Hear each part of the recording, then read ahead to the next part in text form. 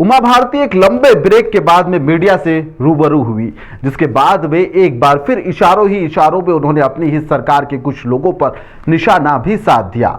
जब उनसे परिवहन घोटाले और सौरभ शर्मा को लेकर सवाल पूछे गए तो उन्होंने बड़ी बेबाकी से इसके जवाब दिए। उन्होंने कहा कि यह तो व्यापम से बड़ा घोटाला है। वो यही नहीं रुकी, उन्होंने कहा कि जिस घोटाले में सिपाही ने करोड़ों रुपए बना लिए हैं, सोचिए अधिकारी और नेताओं ने क्या कुछ नहीं किया होगा।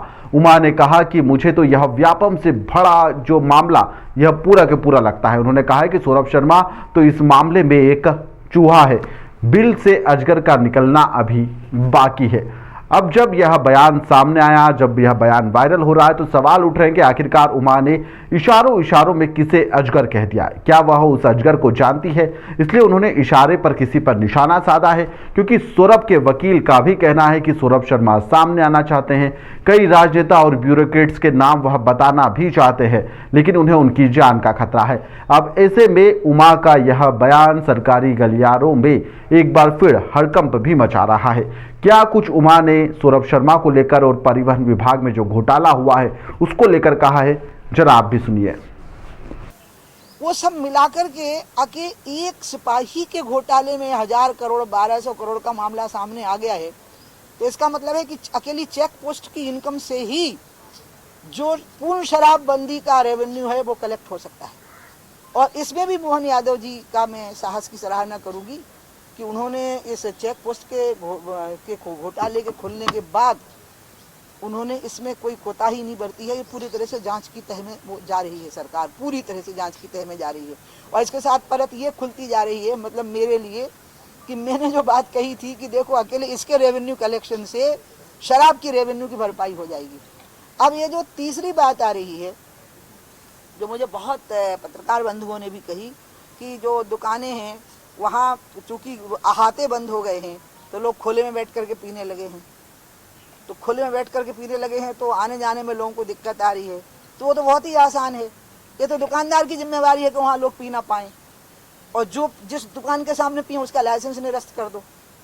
और पहले ही एग्रीमेंट में उससे लिखवाओ कि तुम्हारी दुकान के 200 मीटर के या 300 मीटर के दायरे में या 100 मीटर के जो भी उसका दायरा हो वहाँ कोई पी नहीं पाएगा, ये गारंटी तुम लो। उसको लेनी पड़ेगी, क्योंकि पुलिस हर जगह पर खड़ी नहीं हो सकती पूरे टाइम। क्या पुलिस सारे काम छोड़ के यही काम करेगी?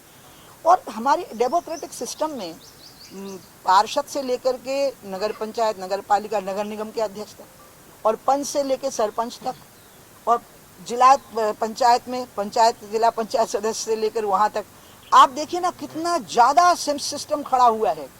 अगर वो सारा सिस्टम अलर्ट हो जाएगा कि हमें लोगों को खुले में नहीं पीने देना है तो लोग नहीं पी पाएंगे।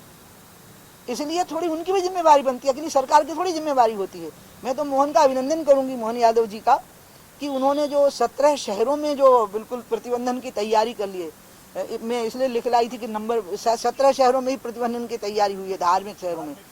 जी हाँ, ये बहुत अच्छा काम, बहुत बड़ा काम है।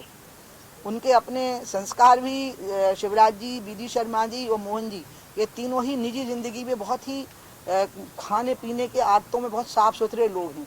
वो उनकी फिर पॉलिसीज में भी झलकने लग जाता है। मोहन यादव बहुत ही साफ सुथरा निजी जीवन जीने वाले व्यक्ति हैं, और उसी का परिणाम है कि उनको ये भी एक बड़ी बात है ऐसा कर पाना, और इसके रेवेन्यू लॉस की भरपाई हो जाएगी।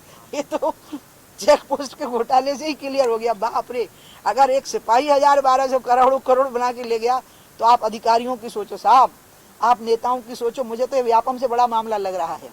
हाँ, यह है कि इसका प्रकार अलग है और व्यापम का प्रकार अलग था, लेकिन जो सरकार ने जिस प्रकार से इसको गंभीरता से लिया, बिना किसी दबाव, बिना किसी भय के जिस प्रकार से पकड़ा झगड़ी हुई है, उसके लिए भी अभिनंदन होना चाहिए। इसलिए